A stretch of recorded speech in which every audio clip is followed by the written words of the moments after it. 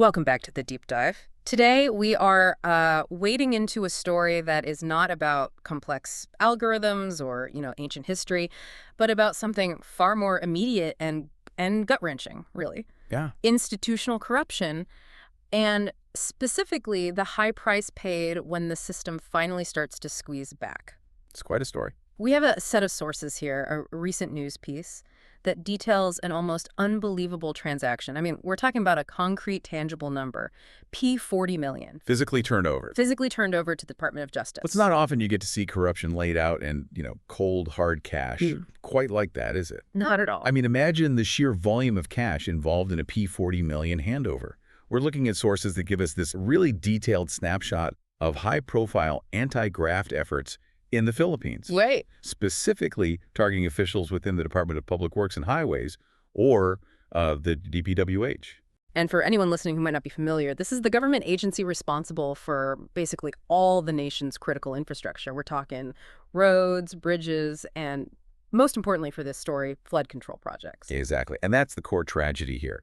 This scandal, it revolves around these anomalous flood control projects. Yeah. Infrastructure designed to save lives and property, but which instead, became a massive conduit for illicit wealth. So our mission today, really, for you listening, is to unpack the mechanics of all of this restitution. It's not just about, who stole what. No, it's much deeper. It's about understanding the complex legal choreography, the deals, the trade-offs, and the really surprising paradoxes involved when the state decides to turn insiders into state witnesses. We're tracking the money, the assets, and the legal status of the key players who are now, trying to buy their way out of total legal ruin through cooperation.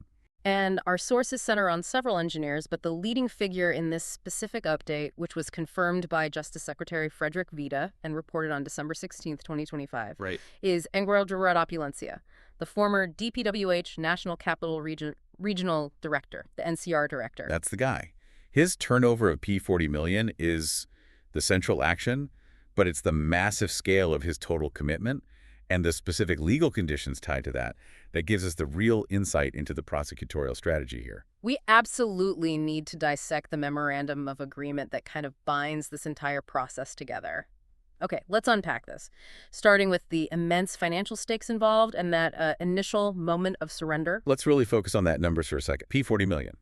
This was the initial confirmed handover. Not just promise. No, not just promise, but physically delivered.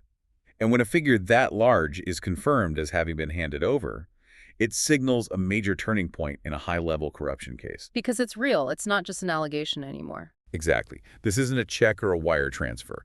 Our sources imply this is physical cash, which, often represents the easiest to access portion of the ill-gotten gains. It's a substantial amount of money by any measure, but the real shocker, and our sources are very clear on this, is that this P40 million is just the down payment, isn't it? It is. It's only a partial fulfillment of a much larger commitment Opulencia made to the Department of Justice. And that's the key context that elevates this story from just, simple recovery to a really strategic maneuver.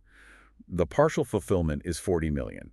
His full obligation, which is contained within a signed agreement with the DOJ. A legally binding document. A legally binding document is to return a total of P150 million. And this commitment is explicitly tied to his time as the NCR regional director, stemming from what the sources call anomalous DPWH projects that took place on his watch. P150 million, that is just a devastating number. When we talk about public infrastructure, we're talking about things like crucial drainage systems, seawalls, river dikes. What does a P150 million kickback even suggest about the overall budget of the projects Opulencia was managing in the capital region? Well, it indicates a breathtaking level of systemic graft. I mean, if P150 million is just his personal share, his kickbacks from overpricing or ghost projects, Right. the total budget that he oversaw and corrupted must have been in the billions. Infrastructure projects, especially in a dense, critical area like the National Capital Region, they often have inflated budgets anyway, just because of logistics. And corruption just exploits that complexity. It absolutely does. Yeah. P150 million tells us that the standard operating procedure within that office was likely geared toward diverting public funds at every single stage, from bidding all the way to execution. It signals not just a few bad apples, but an entire institutional culture of theft. And to secure a commitment like that for P150 million, the state must have absolutely ironclad evidence against him for the crimes he committed during his NCR tenure. Oh, for sure. Otherwise, why would anyone agree to return that colossal sum of money? You wouldn't. The magnitude of the commitment signals the undeniable magnitude of the crime. The DOJ wouldn't enter into an agreement for that amount unless they had a rock-solid case showing Opulencia was financially culpable for at least that much, if not more, from the NCR projects. So his agreement is basically a tacit admission. It's a tacit admission that fighting the charges would result in a longer prison sentence and probably the forfeiture of all his assets, not just the P150 million. This brings us to another really fascinating detail in the source material. Opulencia's current employment status. He is still officially with the DPWH. Yeah.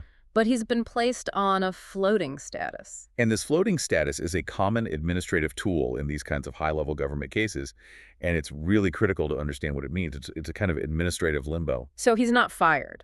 He hasn't been summarily dismissed or terminated, no. He's still an employee, which can be important for bureaucratic reasons like retirement benefits or, legal standing. But he is effectively stripped of all functional duties, all authority, and access to any sensitive information or ongoing projects. But why the reluctance to just fire him immediately? I mean, given the severity of the financial admission, doesn't keeping him on the payroll, even if he's not doing anything, send a confusing signal to the public? It might seem counterintuitive, but often the ability to enforce the terms of the Memorandum of Agreement, the MOA, is tied up in his continuing, albeit suspended, relationship with the agency. Ah, okay. Furthermore, if he's going to serve as a state witness, which we'll get into, his testimony often needs to relate to the internal processes of the DPWH. Maintaining that official link can simplify the legal requirements related to, internal policies, access to documents, validating procedures. So it's a holding pattern. It acts as a bureaucratic holding pattern, yeah. It prioritizes his future cooperation over immediate punitive action, which would happen post-conviction anyway. So the floating status is a necessary bureaucratic mechanism to keep the door open for this MOA to function smoothly. The state is strategically choosing suspension over outright severance to maximize their legal leverage. Exactly. That distinction, still an employee yet without power, it really highlights the transactional nature of this whole thing. Let's move on to the actual mechanism that secures the deal. The P150 million is tied to his freedom, and that relationship is formalized in this Memorandum of Agreement. The MOA is the legal linchpin here. It's a bilateral contract between Opulencia and the DOJ, and the sources are clear. The condition for him returning the P150 million is explicitly contained in this document. It is a meticulously calculated quid pro quo. Not just a handshake deal. No, this isn't a gentleman's promise or some arbitrary offer of mercy. It sets out deadlines, amounts, and, most importantly, the expected testimony and conditions for his legal status. And what he gets in return for surrendering P150 million is the full benefit of being a state witness. That's the golden ticket, isn't it? The ultimate insurance policy in a case of this scale. Precisely. Being a state witness typically means immunity from the specific prosecution where you're testifying, full protection under the Witness Protection Program, the WBPP, and potentially reduced liability for related crimes, provided you're not deemed the most guilty. And our source confirms he is currently provisionally admitted to the WPP. Yes. What does that provisional admission really mean for him right now? Is he already fully protected, or is he still vulnerable? It means he's on probation, so to speak. The WPP is designed to safeguard witnesses whose lives are in danger because of their testimony. Provisional status is standard, while the prosecution team, led by the Prosecutor General, evaluates three things. Okay. First, the truthfulness and consistency of his testimony. Second, that his testimony is indeed vital to convicting the major perpetrators. And third, that he's actually fulfilling the terms of the MOA, specifically the return of that P150 million. So the clock is ticking. The clock is absolutely ticking. If he fails on any of those points, that provisional status is revoked, and he would face the full weight of prosecution for all his NCR crimes. It's a high-stakes, real-time negotiation with his own legal future, where his freedom is contingent not just on past admissions, but on future performance and compliance. And to understand the weight of that risk, we have to look at the specific charges he's involved in, because they paint a very clear picture of the crime structure the DOJ is trying to dismantle. The complaints are for malversation of public funds through falsification of public documents, perjury, and violation of Republic Act 3019, the Anti-Graft and Corrupt Practices Act. Okay, let me break down why those specific charges are so critical, especially when they're all bundled together like this. Malversation is the core offense, right? That's the act of taking the public money, diverting that P150 million, and channeling it into personal benefit. Absolutely. Malversation is the misuse of public funds, the betrayal of public trust for financial gain. But at this level of institutional corruption, the act of theft is useless without an elaborate cover-up. And that's where the next charge comes in. That's where the falsification charge becomes crucial. Falsification of public documents means they didn't just steal the money, they created a sophisticated, fraudulent paper trail to justify the expenditures. So we're talking about fake invoices, fictitious bids, maybe false completion reports. Ghost projects, even. Ghost projects, infrastructure that only exists on paper, all designed to make the theft look like legitimate government spending on those flood control projects. This shows extraordinary premeditation. And systemic deceit built into the very process of public works. And the implication of Opulencia's cooperation is that he can identify which documents were falsified, who signed them, and how the fraud was institutionalized. And if they have to defend those falsified documents under oath, say in an internal audit or in court? That leads directly to the third charge, perjury. Lying under oath. So by attesting to the authenticity of fraudulent documents, they're compounding the offense. It moves beyond just financial fraud to undermining the integrity of the whole judicial and auditing process itself. It signals the conspiracy was so deep that they were willing to risk lying to the highest levels of government and law enforcement just to sustain the fraud. And finally, we have the comprehensive umbrella charge, violation of Republic Act 3019. The Anti-Graft and Corrupt Practices Act. For any listener who might not be familiar with the specifics of Philippine law, RA 3019 is broad and it's powerful. It covers a vast multitude of acts that constitute graft and corruption. Like what, for example? Things like acts causing undue injury to the government, giving unwarranted benefits, or simply demanding or accepting gifts in connection with official transactions. So RA 3019 is kind of the ultimate safety net for the prosecution. Even if a prosecutor struggles to prove the very specific technical requirements of malversation or falsification beyond a reasonable doubt. The overarching crime of using one's public office for personal gain and violating the ethical standards of public service is covered by this act.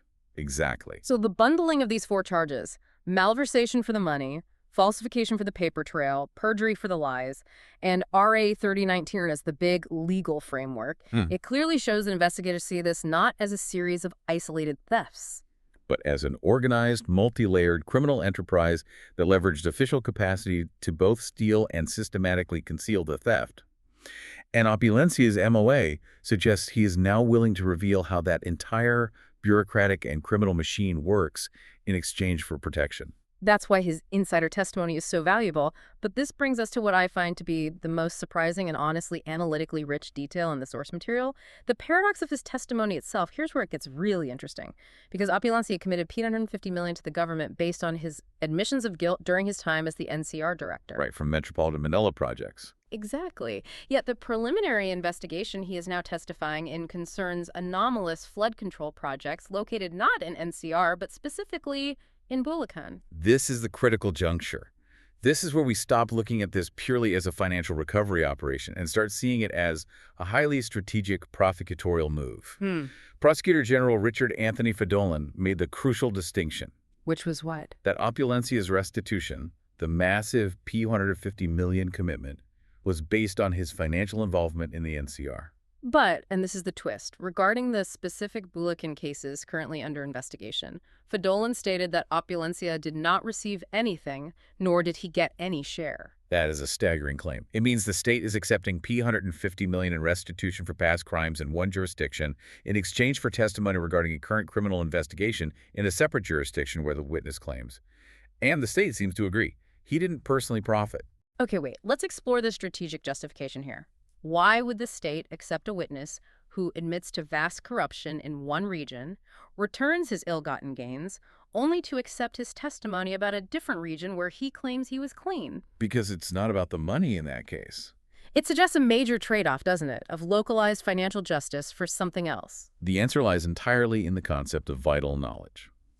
Fedolin emphasized that while Opulencia didn't get money from the Bulacan projects, he has knowledge of what transpired. And his testimony on the Bulikan flood control projects is considered vital. Vital. This suggests the state is prioritizing systemic evidence and intelligence gathering over immediate, singular financial culpability in that specific set of Bulikan complaints. So if he didn't profit, his role in Bulikan must have been organizational or supervisory or maybe advisory. What vital knowledge could an NCR director have about Bulikan flood control projects that would outweigh the need to prosecute him for involvement there? It likely centers on the organizational blueprints for corruption. Opulencia, as a regional director, was a high-level manager in the DPWH. He knows the standard operating procedures for generating kickbacks that likely transcended regional boundaries. The how-to guide. The how-to guide, exactly. He may know the names of the favored contractors, the structure of the fake bidding committees, the percentage of the kickback demanded at the highest national or political levels, and how those demands flowed down to the local district engineers. So he didn't physically sign the check or receive the cash for the Bulikan projects, but he knows who orchestrated it, and more importantly, how to prove that orchestration. Precisely. This is about securing evidence that can pierce the institutional defense layers surrounding the biggest perpetrators. Right. And we know the stakes are high. Very high. Given that former Senator Ramon Bong Revilla Jr. and former Congresswoman Zaldi Ko are co-respondents in one of those Bulikan cases, prosecuting a former senator and congressperson, politically entrenched figures, requires evidence that goes beyond bank statements and ledger entries. It requires an insider. It requires insider testimony that links them directly to the operational criminal machinery. It's the classic challenge in prosecuting political corruption, isn't it? The biggest players, they never touch the dirty money themselves. They rely on layers of subordinates like opulencia to execute the fraud. And this is the strategic trade-off the DOJ is making.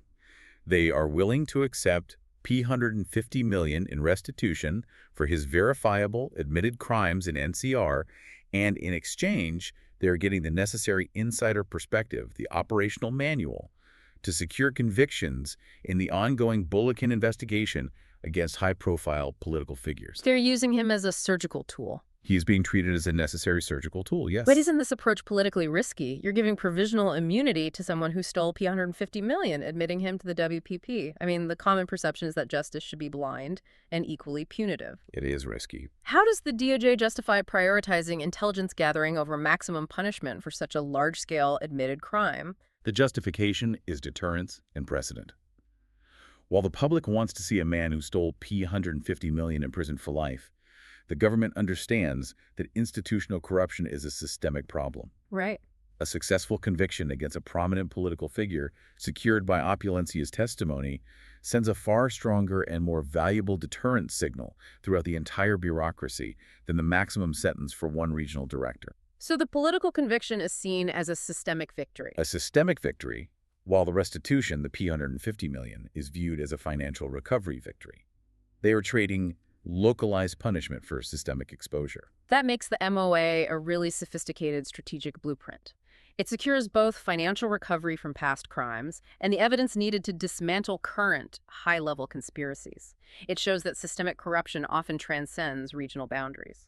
The same flawed process, the same corrupt contractors, the same kickback formulas were likely applied across multiple provinces. And Opulencia knew the formula. And that operational knowledge is priceless. This entire strategy highlights that the State Witness Program, in this context, is functioning less as an act of mercy and more as a highly effective, pragmatic tool for law enforcement to penetrate institutional defenses that are otherwise impenetrable. A stunning exchange of money for information. But Opulencia is only one piece of this extensive puzzle.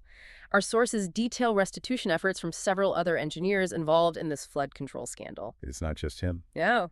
And it shows this isn't an isolated incident, but a widespread pattern of misconduct that runs deep within the DPWH. And before we jump into the other officials, let's just quickly track that P40 million that Opulencia physically returned. It isn't just sitting in a DOJ safe. No, there's a process. There's a process. The sources mentioned the procedural next step. The returned funds will be turned over to the Land Bank and the Bureau of the Treasury. These financial bodies will then verify and confirm the exact amount. That procedural detail is crucial because it adds a layer of accountability and transparency. It ensures the funds are properly audited, tracked, and returned to the public purse. It converts ill-gotten gains back into verifiable, auditable public assets. Exactly. It prevents any further questions about where the money went. Now, let's introduce the next figure, who provides another data point on the astronomical scale of this corruption. Bulacan DPWH engineer Henry Alcantara. And if Opulencia's commitment was staggering, Alcantara's commitment is on an entirely different level. He has already turned over P110 million to the government. 110 million turned over. That's nearly 3 times Opulencia's initial physical handover.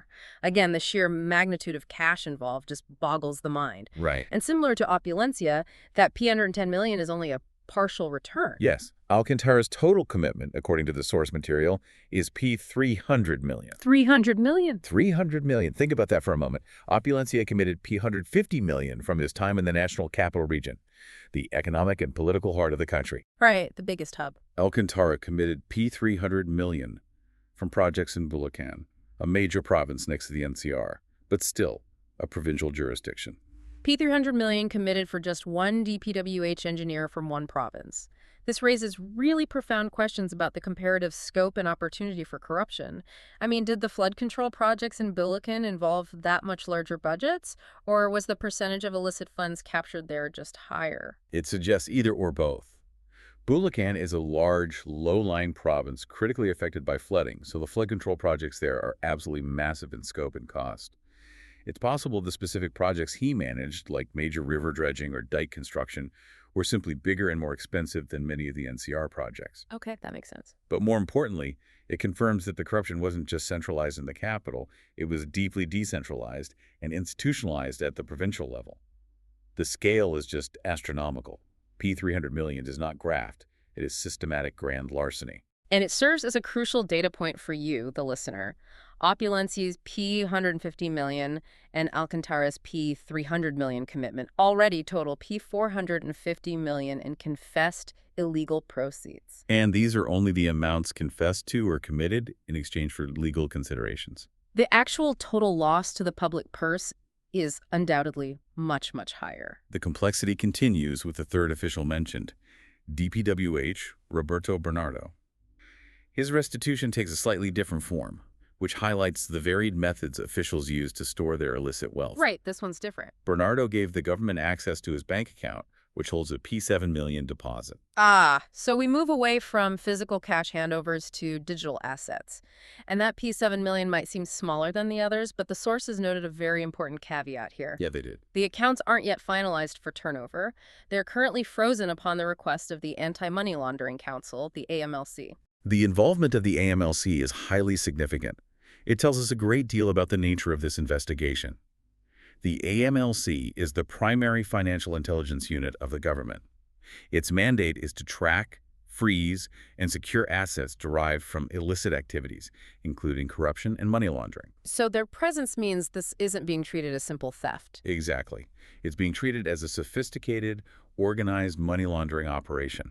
So the AMLC isn't just looking at the P7 million balance. They are performing a forensic analysis on the history of that account. They're tracing the deposits, the withdrawals, the transfers. To verify the illegal source of the funds and to uncover the rest of the paper trail. Freezing the account ensures that P7 million cannot be moved, liquidated, or transferred while the legal ownership and source of funds are fully investigated. So the AMLC's intervention implies that while P7 million is a smaller number, the paper trail leading to that deposit might be more complex. It could involve layers of transactions, shell companies, foreign transfers, obscure business dealings, all designed to obscure the money's origin from the flood control projects. This level of coordination between the DOJ, the bank regulators, and the Financial Intelligence Unit is what is required to secure true asset forfeiture.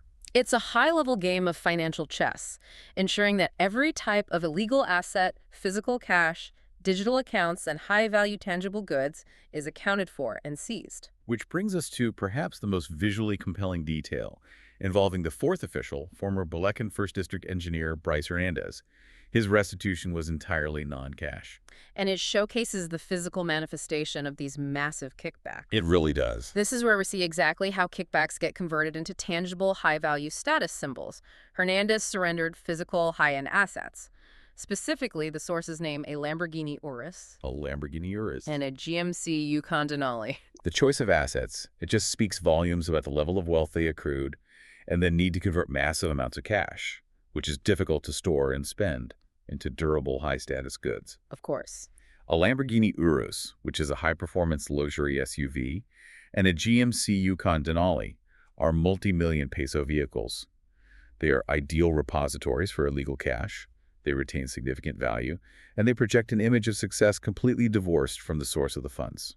That image, a brand new Urus and a high-end Denali sitting in a garage, bought with money meant to build flood defenses, that's the perfect tragic metaphor for what this corruption means for the average citizen who faces flooding every rainy season. It is. It's the definition of that aha moment we look for. It really is. And what's interesting here is who received these assets.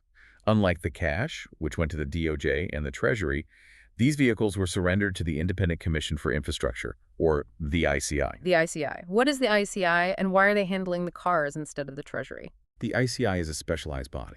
While our source material focuses on their role just here, we can infer their overall mandate is to oversee and safeguard the integrity of infrastructure projects. In this context, their role is specific. They're handling the appraisal, custody, and final disposition of these seized non-cash assets, particularly those directly related to infrastructure officials. So the ICI likely assesses the market value of the vehicles and ensures they're properly auctioned or used by the state, thereby converting the physical asset back into public funds. Exactly. It requires specialized knowledge to process the seizure of these tangible high-end goods, as opposed to just auditing a bank ledger. It just highlights the multifaceted nature of asset recovery. You need the DOJ for the legal agreements, the Land Bank and Treasury for the cash audit, the AMLC for the financial paper trail, and specialized bodies like the ICI for the physical high-value goods. And the fact that the list of assets is so specific, not just 2 luxury cars, but a Lamborghini Urus and a GMC Yukon Denali, makes the scale of the corruption concrete and unforgettable. So let's take a necessary moment here to consolidate the information we've gathered across these 4 officials, Opulencia, Alcantara, Bernardo, and Hernandez, just to fully grasp the combined weight and complexity of this restitution effort. Okay, so we have Opulencia handing over P40 million cash with a commitment of P150 million total from NCR Graft. Right. Then Alcantara handing over P110 million cash with a P350 million total commitment from Bullock and Graft. That's P150 million in physical cash already returned, with P450 million committed between just those 2 engineers. That's approaching $500 million pesos in admitted illicit funds. And then you add in Roberto Bernardo's P7 million frozen bank deposit, which is undergoing that forensic scrutiny by the AMLC. And Bryce Hernandez's portfolio of luxury vehicles surrendered to the ICI. It represents a monumental effort in recovery. And we have to reiterate this. This is not the sum total of the corruption. This is merely the confessed and returned portion achieved through legal pressure and cooperation deals. The real cost to the taxpayer in terms of lost funds, substandard construction, and resulting flood damage is exponentially higher than the P450 million recovered. If we connect this to the bigger picture, the sheer variety of assets seized, the cash, the frozen bank deposits, the luxury vehicles, it demonstrates that the corruption wasn't monolithic. It was a coordinated, multi-layered operation. It required sophisticated money laundering techniques, careful paperwork falsification, and a mechanism for converting cash into status symbols across multiple regions. The complexity of the deals themselves, the MOA, the WPP provisional status, the multi-agency intervention, illustrates the rigorous and coordinated response required to combat this level of deeply entrenched graft. It's a testament to the fact that these officials, when they're cornered, are forced to surrender not just their current wealth, but years of accumulated stolen assets. And the most fascinating analytical tension remains Opulencia's deal. The sources highlight this constant tension between 2 priorities for the state: seeking justice through systemic exposure, his testimony about the Bullock cases, aiming for those political convictions, versus recovering the actual stolen funds, the P150 million restitution from the separate NCR transactions. And this tension is fundamentally important to understanding modern anti-corruption strategies. While recovering $500 million pesos is absolutely vital for the public purse, the long-term effectiveness of the government's efforts really hinges on deterrence. Right. Securing vital insider testimony that leads to the conviction of high-ranking political figures, former senators and congresswomen, is often viewed as a more effective long-term deterrent against institutional corruption than simply maximizing the penalty for Opulencia himself. It's a pragmatic trade, then. The government is, in essence, valuing information over maximum punitive justice in this specific instance. They're accepting P150 million for his NCR crimes, and in exchange, they are buying the key to unlock the Bulikin conspiracy involving much higher political stakes. The legal precedent this sets is clear. Cooperation comes with a heavy financial cost, but it also provides a viable path to protection, provided the information you give is vital and accurate. The state is ensuring that the architects of corruption pay a massive financial penalty while also turning them against the network that protected them. It maximizes both recovery and intelligence gathering. Exactly.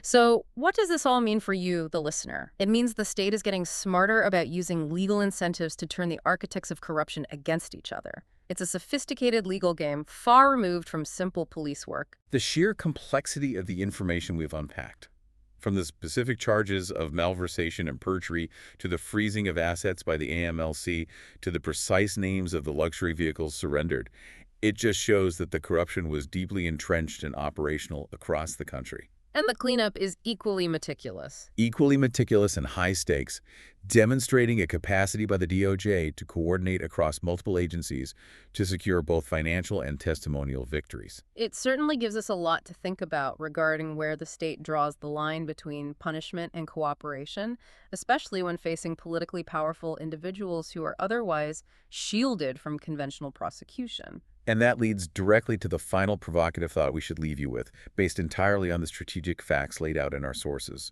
Given that key figures like Opulencia and Alcantara are returning massive amounts of money in exchange for protection and testimony, does the state witness program primarily serve to recover public funds or to secure convictions against high-level political figures?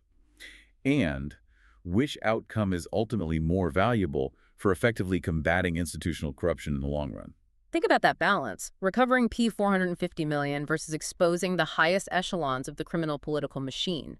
A difficult question, but one that this deep dive, based solely on the facts of these incredible restitution efforts, forces us to consider. Thank you for joining us for the deep dive. We hope this has provided you with the vital knowledge to understand the stakes in this high-profile scandal.